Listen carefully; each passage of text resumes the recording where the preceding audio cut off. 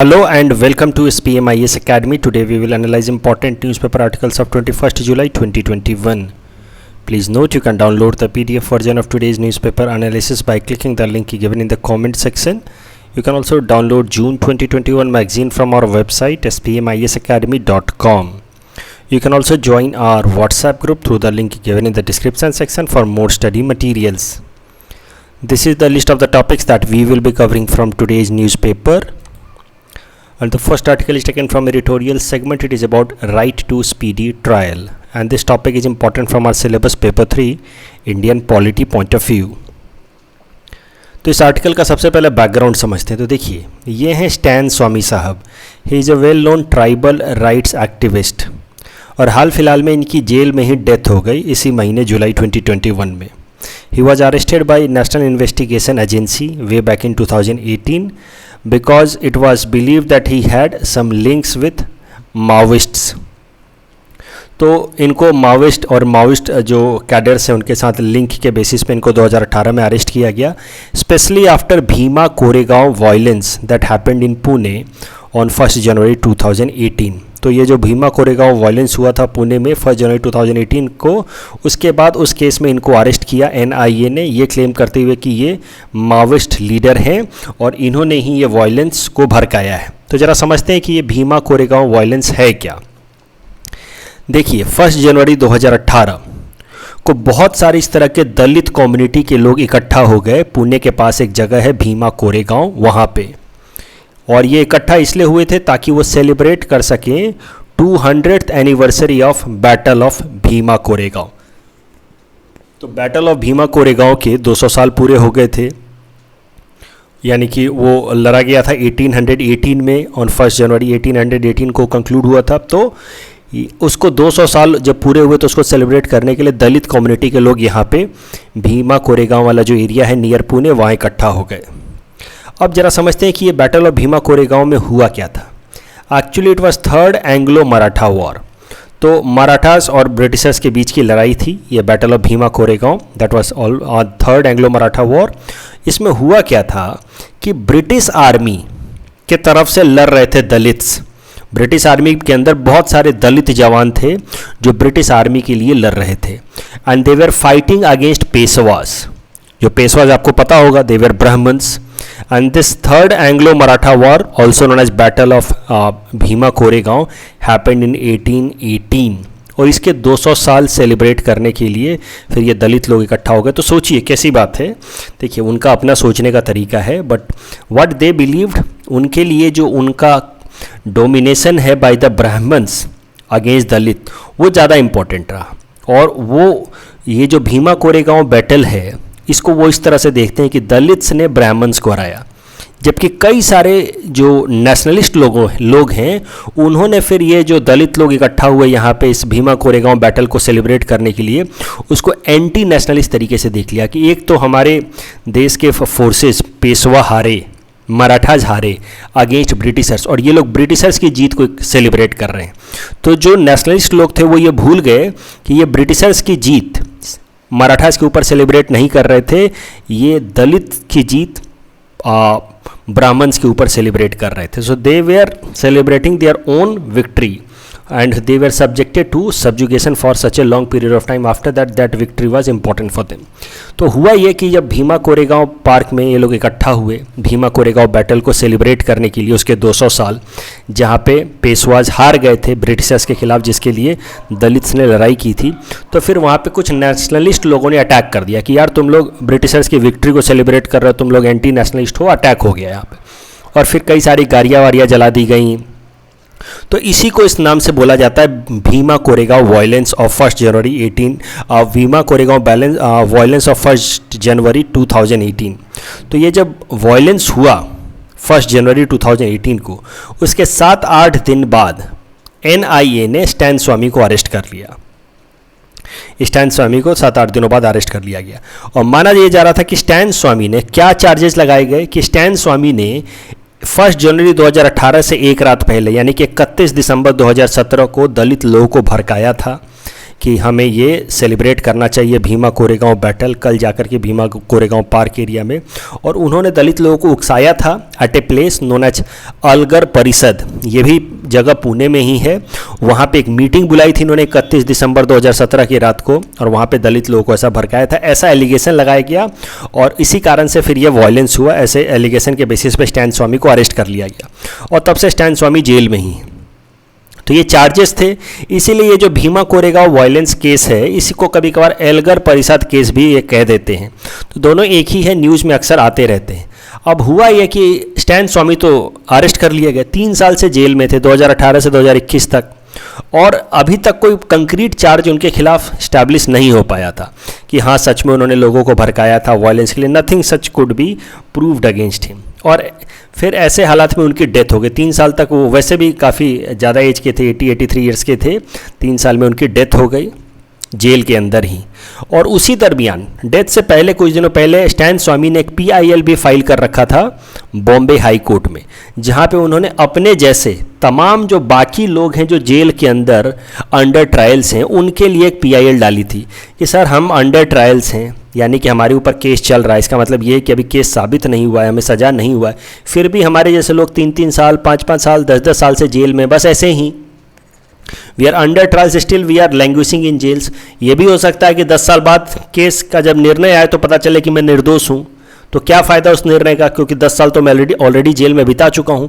तो on behalf of under trials who have been languishing in jails in India, Stan Swamy ने एक petition file किया, public interest litigation PIL file किया, जिसमें उन्होंने रिक्वेस्ट किया इस PIL में कि जो भी अंडर ट्रायल्स हैं उनको पर्सनल बॉन्ड पे रिलीज कर दिया जाए। मतलब कुछ एक पैसा जमा करा लीजिए, 10,000 20,000 1 लाख, जिस तरह का केस है उस तरह का कुछ पैसा जमा करके बॉन्ड जमा करा के उनको रिलीज कर दिया जाए। अगर वो निर्दोष साबित हो जाते हैं तो उनका पैसा वापस कर दिया जाए। और दूसरा स्पीडी ट्रायल किया जाए कि सर जल्दी से जल्दी फैसले को निपटाया जाए। अब 20-20 साल तक केस चलाएंगे और इंसान 10 साल 12 साल जेल में ही बिता देगा, तो फ़ायदा क्या उस केस का? Justice delayed is justice denied. तो स्पीडी ट्रायल कराया जाए, ये PIL में डिमांड रखी स्टैन स्वामी ने। स्टैन स्वामी की तो डेथ हो गई, स्पीडी ट्रायल तो उनको मिला नहीं, 3 साल में उनकी डेथ हो गई जेल में। लेकिन अब बॉम्बे हाई कोर्ट ने अपना फैसला सुनाया है इस PIL पे, और बॉम्बे हाई कोर्ट ने कहा है, ये इंपॉर्टेंट फैसला है PT पर्सपेक्टिव से या मेंस पर्सपेक्टिव से, कि now speedy trial is also a fundamental right guaranteed under article 21 right to life. अगर हमें स्पीडी ट्रायल नहीं मिलता तो that is tantamount to violation of our right to life guaranteed under article 21।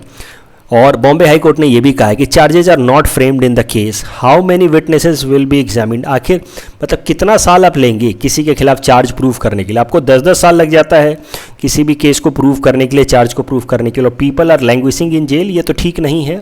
So how many years without trial can people languish in jail, ये तो ठीक नहीं है। And speedy trial should become a fundamental right. तो इस तरीके से now Bombay high court has again expanded the ambit of right to life guaranteed under article 21 and has added right to speedy trial as part of fundamental right। इस topic के basis पे ये यहाँ पे हमने PT प्रैक्टिस क्वेश्चन आपको दे रखा है। Please attempt this question and you can submit the answer in the comment section. The next article is taken from international segment. It is about build back better world initiative, B3W initiative. This topic is important from our syllabus paper 3 international relations point of view. तो क्या है build back better world initiative? ये वैसे already मैंने पढ़ाया था जब G7 initiatives cover कराए थे, G7 ग्रुपिंग्स के डिफरेंट इनिशिएटिव्स कवर कराए थे, लेकिन वहाँ काफ़ी शॉर्ट में बताया था मैंने। एक बार फिर से डिटेल में मैं बताता हूँ। इस साल जब G7 कंट्रीज़ की मीटिंग हुई थी ब्रिटेन के अंदर, तो वहाँ पे उन्होंने फैसला लिया था कि we will make a new initiative जिसका नाम होगा build back better world initiative, B3W initiative. इस build back better world initiative में the G7 countries will be focusing on development of infrastructure in developing and low income countries. तो जो developing country हैं, लो income countries हैं, उनके यहाँ पे road, railway, ports, इनको बिल्ड करने में यहाँ पे फोकस किया जाएगा build back better world initiative के अंदर। ये जो build back better world initiative है that was proposed by US president Joe Biden, और बाकी के जो G7 लीडर्स हैं उन्होंने इसको एक्सेप्ट किया। अब ये जो build back better world initiative है, this is being seen as main competitor to China's belt and road initiative. China की बेल्ट एंड रोड इनिशिएटिव कई दफ़ा मैं न्यूज़पेपर एनालिसिस में करा चुका हूँ। It was launched by president Xi Jinping of China in 2013, जिसमें दुनिया के अलग अलग जगहों पे मेजर इंफ्रास्ट्रक्चर बिल्ड किए गए हैं, चाहे वो रोडवे हो, रेलवे हो या फिर पोर्ट्स हो. सो इसको बेल्ट एंड रोड इनिशिएटिव कहते हैं because series of road lines, railway lines have been developed between the eastern coast of China and Europe. तो through roadways and railways and through series of ports eastern coast of China has been connected to Europe. तो इससे कैसा है कि China तो कहता है कि it is just for the economic purpose, ताकि ट्रेड बढ़े पूरे दुनिया भर में और लॉजिस्टिक्स ज़्यादा स्मूथ हो, लेकिन इसका बहुत सारा स्ट्रेटजिक सिग्निफिकेंस भी है. फॉर एग्जांपल, इस बेल्ट एंड रोड इनिशिएटिव का एक कंपोनेंट है चाइना पाकिस्तान इकोनॉमिक कॉरिडोर, ये जो इसके चाइना के कासघर को कनेक्ट करता है पाकिस्तान के ग्वादार से. It moves through Pakistan occupied Kashmir part of India. तो नेचुरली बिना इंडिया से पूछे हुए इन्होंने ये रोडवे बना दिया. पीओके तो वैसे तो इंडिया का ही है ना, भले पाकिस्तान के कब्जे में, लेकिन बिना इंडिया से पूछे इन्होंने ये रोड बना दिया. So there have been so many such challenges. तो that is why India never joined belt and road initiative, and India has been always somehow sceptical about belt and road initiative. क्या challenges है belt and road initiative से India के लिए, वो भी कई दफ़ा आप देख चुके हैं. एक तो CPEC तो मैंने आपको बताया ही, how China Pakistan economic corridor is moving through Pakistan occupied Kashmir region of India. दूसरा string of pearls. String of pearls भी आप जानते होंगे, आई होप. जो नए स्टूडेंट्स होंगे बिल्कुल शायद से उनको नहीं पता होगा, otherwise the old students must be knowing कि ये जो पोर्ट्स बनाए हैं चाइना ने इंडियन ओशन के अंदर, these are being considered as a strategic initiative by China in order to encircle India.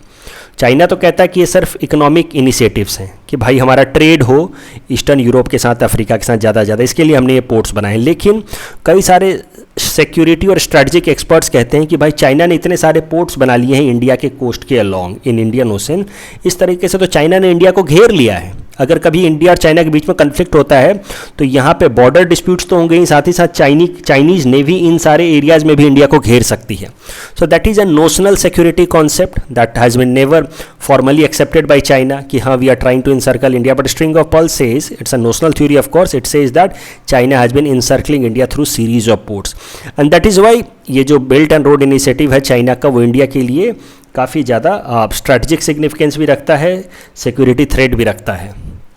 और इसीलिए India never joined this belt and road initiative, और इसी कारण से ये जो build back better world initiative है, it is being seen in a positive light in India. इसको एक इम्पॉर्टेंट इनिशिएटिव की तरह देखा जा रहा है. तो इंडिया इसके तरह उम्मीद कर रहा है कि ये जो build back better world initiative है, it develops itself as a counter to belt and road initiative of China, और सो उसके बाद इंडिया भी build back and better world initiative को ज्वाइन कर लेगा against belt and road initiative of China. लेकिन सबसे बड़ी दिक्कत ये है कि ये G7 कंट्रीज ने कह तो दिया कि we will be coming up with a build back better world initiative, लेकिन कैसे ये इम्प्लीमेंट होगा, कहाँ से फंडिंग होगी, इसके बारे में कोई भी डिटेल्स नहीं बताए हैं. तो कोई भी प्रोसीजरल डिटेल पे बात नहीं हुई है, बस प्रोजेक्ट का मोटा मोटा ओवरलाइन इन्होंने ड्रॉ किया है, ओवरव्यू ड्रॉ किया है. तो that is the problem, and that is why India has kept quite so far on this build back better world initiative. India, of course, it is seeing it build back better world initiative with hope, but it has not shown any positive sign that we will also be joining it so far. अभी तक तो India ने कोई भी positive statement या आप समझिए formal statement नहीं दिया है इसके ऊपर.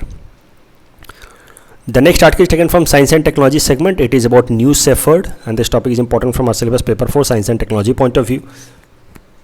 आपको याद होगा लगभग 10 दिन पहले 11 जुलाई के न्यूज़पेपर एनालिसिस में मैंने आपको बताया था कि कैसे एक बिलियनर हैं रिचर्ड ब्रांसन, उन्होंने ट्रैवल किया स्पेस में. स्पेस आपको मैंने बताया है अर्थ सरफेस से 100 किलोमीटर के हाइट का जो लाइन होता है, इसको कर्मल लाइन कहते हैं, उसके बियॉन्ड वाले एरिया को कहा जाता है स्पेस. तो लगभग रिचर्ड ब्रांसन ने सब स्पेस रीजन तक ट्रैवल किया अपने रॉकेट प्लेन में, जिसका नाम था वर्जिन गैलेक्टिक. उस टाइम में मैंने आपको बताया था सिरिसा बंदला जी के बारे में भी, जो इंडियन ओरिजिन की वुमेन हैं जिन्होंने स्पेस में ट्रैवल किया. तो that way she became only 3rd Indian women to travel to space, Indian origin women to travel to space. वो सब बताया था मैंने आपको. तो मुद्दा ये है, उसी दिन मैंने आपको बताया था कि ये वर्जिन गैलेक्टिक में बैठ करके गए हैं Richard Branson in the space region, और उसके लिए फिर एक रॉकेट लॉन्च किया गया था जिसका नाम था वर्जिन गैलेक्टिक रॉकेट, जिसको एक ऑर्बिटल स्पीड देनी होती है लगभग बहुत 22,000 किलोमीटर पर सेकेंड या इससे ज़्यादा स्पीड देनी होती है, 22,000 किलोमीटर पर आवर उससे ज़्यादा स्पीड देनी होती है। तो ये तो वर्जिन गैलेक्टिक रॉकेट प्लेन में ट्रैवल किया रिचर्ड ब्रांसन ने। उसी दिन मैंने आपको बताया था कि लगभग 10 दिन बाद Jeff Bezos, who is farmer CEO of Amazon, he will also be making similar expedition in space. और वो अब जेफ बेजोस ने भी स्पेस में ट्रैवल कर लिया है। इन्होंने जिस रॉकेट में ट्रैवल किया उसका नाम है न्यू शेफर्ड। तो ये आर्टिकल मैं बस इसीलिए कवर कर रहा हूँ कि हो सकता है आपसे डायरेक्टली पूछ ले न्यू शेफर्ड क्या है पीटी में। जेफ बेजोस ने जो न्यू शेफर्ड में स्पेस में ट्रैवल किया that was about 11 minute flight, और इन्होंने लगभग 106 किलोमीटर डिस्टेंस तक ट्रैवल किया फ्रॉम द अर्थ सरफेस, यानी कि स्पेस के अंदर गए, लगभग स्पेस से 6 किलोमीटर ऊपर तक गए और वापस से अर्थ पे आ गए विद इन 11 मिनट्स। तो एटमैक्स आपसे पीटी में इस तरह का सवाल पूछ सकता है, न्यू शेफर्ड या virgin galactic recently seen in news है क्या? तो जो जानता होगा आराम से इसको अटेम्प्ट कर लेगा, इसको अटेम्प्ट कीजिए and you can submit the answer in the comment section. The next article is taken from Assam segment. It is about Microfinance Institution Regulation of Money Lending Act 2020. This topic is important from our syllabus paper 6 Assam issues point of view. तो देखिए, micro finance institution regulation of money lending bill तो Assam legislative assembly से पास हो ही गया था, मैंने पहले भी कराया, लेकिन अब ये बिल पास हो करके गवर्नर के सिग्नेचर के बाद आसाम गजट में पब्लिश हो चुका है। मतलब it has become an act ready for implementation, it has become a legally enforceable document. क्या होता है आप तो प्रोसीजर जानते ही होंगे। एक बिल होता है जो लेजिस्लेटिव असेंबली में रखी जाती है, वहाँ पे डिबेट डिस्कशन के बाद जब उसको पास कर दिया जाता है it goes to the governor, और गवर्नर जब उसको साइन कर देते हैं तब जाकर के उसको पब्लिश किया जाता है गैजेट में। अगर स्टेट का बिल लॉ है तो it will be published in state gazette, अगर यूनियन लॉ है तो it will be published in union gazette. और एक बार जब गजट में पब्लिश हो जाता है then it becomes a legally enforceable provision, और उसके बाद फिर ये इसको हम लोग एक्ट कहते हैं। तो now micro finance institution has become micro finance institution regulation of money lending act has become a legally enforceable document. इसका मेन पर्पस क्या था वो भी मैंने आपको बताया था कि कैसे माइक्रो फाइनेंस इंस्टीट्यूशंस लोगों को हरास करते हैं पैसा रिकवरी के टाइम में, वो हरासमेंट को रोका जाए। और कई सारे गरीब लोग जो कोरोना वायरस के कारण जो लॉकडाउन हुआ उसके बाद उनकी इनकम रुक गई है और इस कारण से वो पैसे रिटर्न नहीं कर पा रहे माइक्रो फाइनेंस इंस्टीट्यूशंस के, उनको कुछ सहूलियत दी जाए। That was the main objective of this micro finance institution act. तो उसके लिए बजट में भी कुछ प्रोविजंस लाए हैं असम सरकार ने, आपको पता होगा 25,000 तक का मॉनेटरी सपोर्ट दे रही है। जो लोगों ने भी मॉनेटरी फाइनेंशियल इंस्टीट्यूशन से लोन ले रखे हैं, माइक्रो फाइनेंस इंस्टीट्यूशन से लोन ले रखे हैं, उनको 25,000 तक का सपोर्ट भी दे रहे हैं। और जो लोग जिनका लोन NPA बन चुका है उनके पूरे के पूरे लोन को माफ़ भी कर रहे हैं after giving a special approval. वो तो मैंने आपको बताया ही है जब मैंने बजट कवर किया था असम सरकार का। तो that is the main purpose of micro finance institution act जो हाल फिलहाल में लगाया गया है, to help the poor people to prevent their exploitation. इसके कुछ सैलिएंट फीचर्स पढ़ लीजिए जो सीधा सीधा प्रीलिम्स में पूछ लिया जाएगा।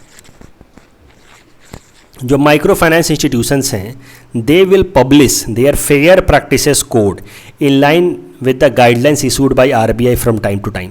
तो देखिए उनको कौन कौन से प्रोसेस उनको फॉलो करना है, क्या उनके तौर तरीके हैं, वो सब कुछ उनको ट्रांसपेरेंट तरीके से पब्लिश करना होगा अपने ऑफिसेज में, या लोन देने से पहले जो लोन लेने वाले बोरोवर्स हैं उनको बताना होगा ताकि बोरोवर्स को अपने अधिकारों का पता हो।